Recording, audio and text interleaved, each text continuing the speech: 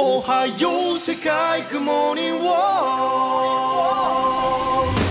Halo coy, balik lagi sama Animin di sini. Dan kali ini gua akan lanjutin manga Dr. Stone chapter 181.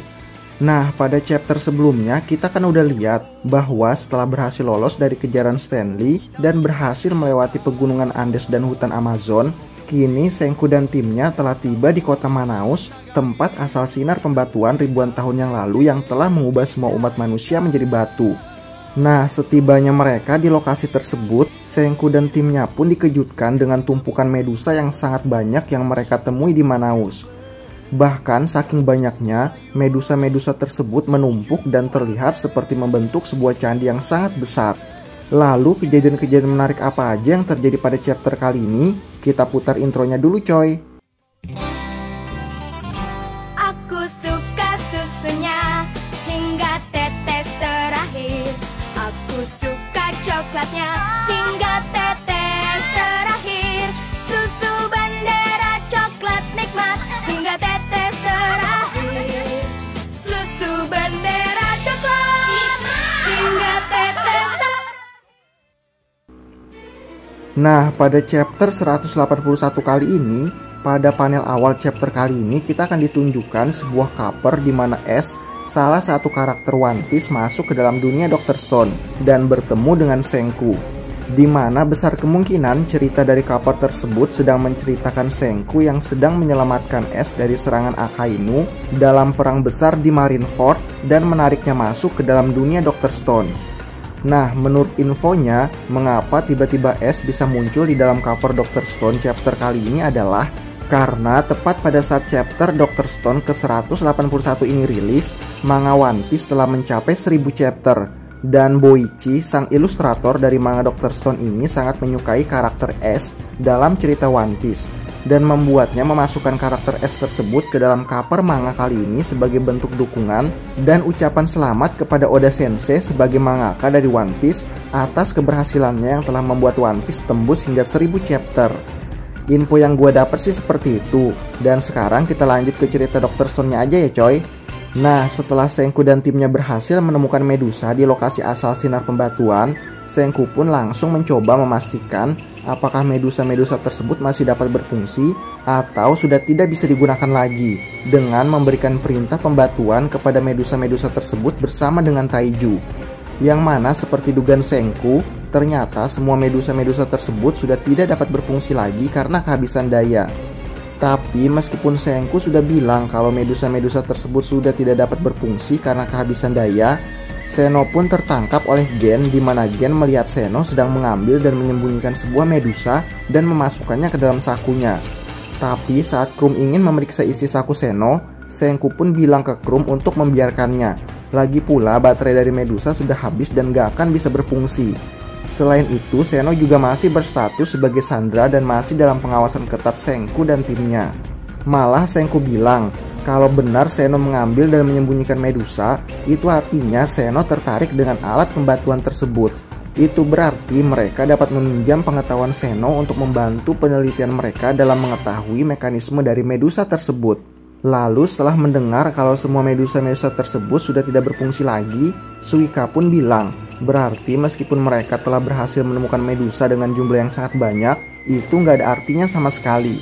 Tapi Tsukasa langsung menjawab, meskipun Medusa-Medusa tersebut sudah tidak berfungsi lagi, tapi dengan jumlahnya yang sangat banyak tersebut, maka Senku dan timnya akan memiliki opsi baru.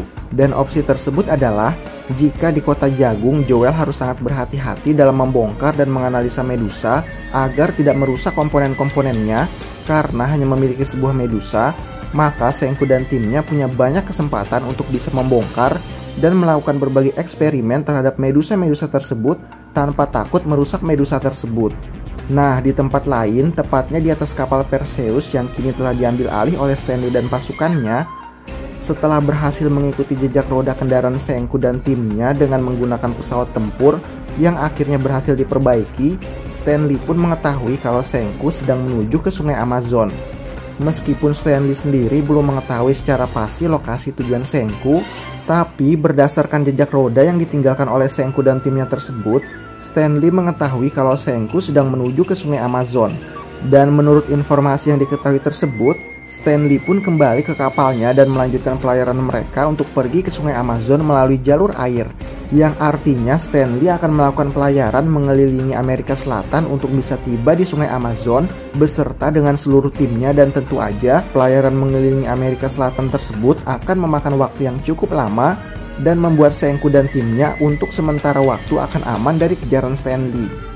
Tapi alasan dari keputusan Stanley untuk berlayar mengelilingi Amerika Selatan dan memakan waktu yang lebih lama tersebut adalah karena kalau saat ini Senku dan timnya sedang menuju ke Sungai Amazon, maka mau nggak mau Senku dan timnya harus kembali membuat sebuah kapal untuk menampung mereka semua sebagai alat transportasi mereka.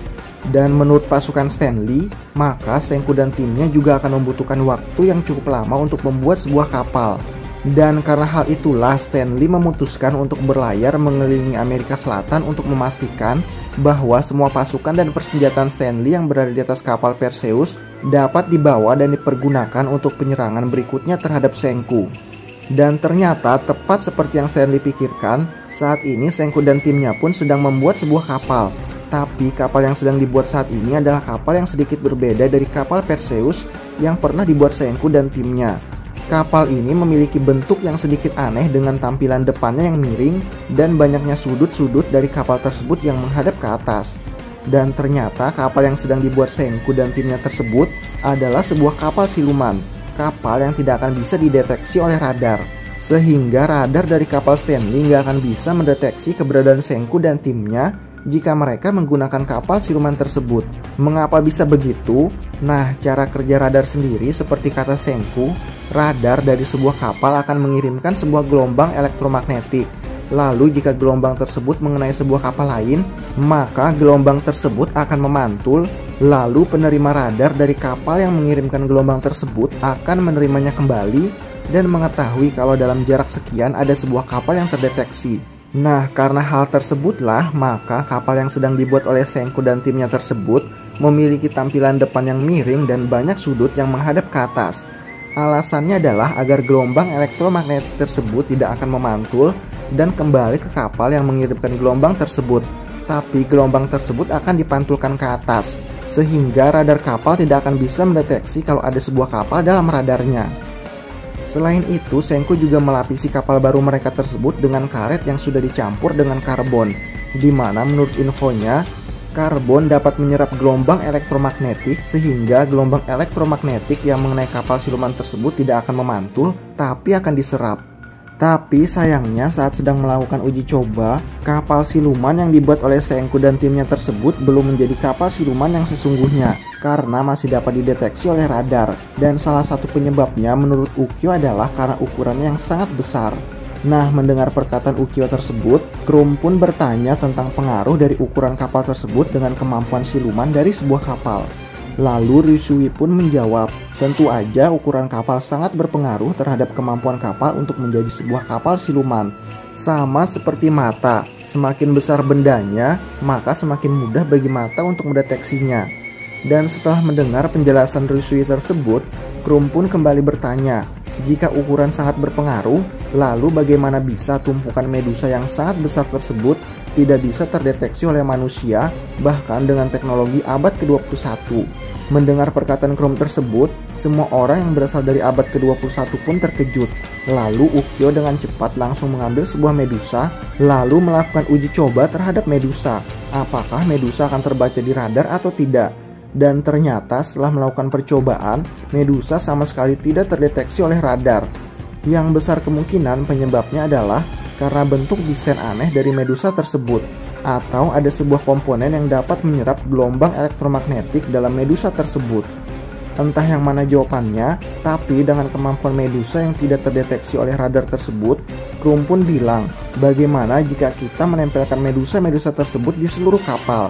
Dan dengan usul Krum tersebut, maka Medusa-Medusa pun ditempelkan pada semua sisi kapal, dan akhirnya membuat mereka berhasil membuat kapal siluman masa depan, di mana teknologi abad 21 pun bahkan tidak akan berhasil mendeteksinya, apalagi radar milik Stanley. Lalu dengan berhasilnya membuat kapal siluman, kemanakah tujuan Senku berikutnya? Lalu apakah Stanley akan mampu melacak keberadaan Senku? Kita lanjut ke chapter selanjutnya aja ya coy. Nah itu dia coy, Manga Dr. Stone chapter 181. Terima kasih sudah menonton video kali ini. Jangan lupa like, komen, dan subscribe. ありがとう君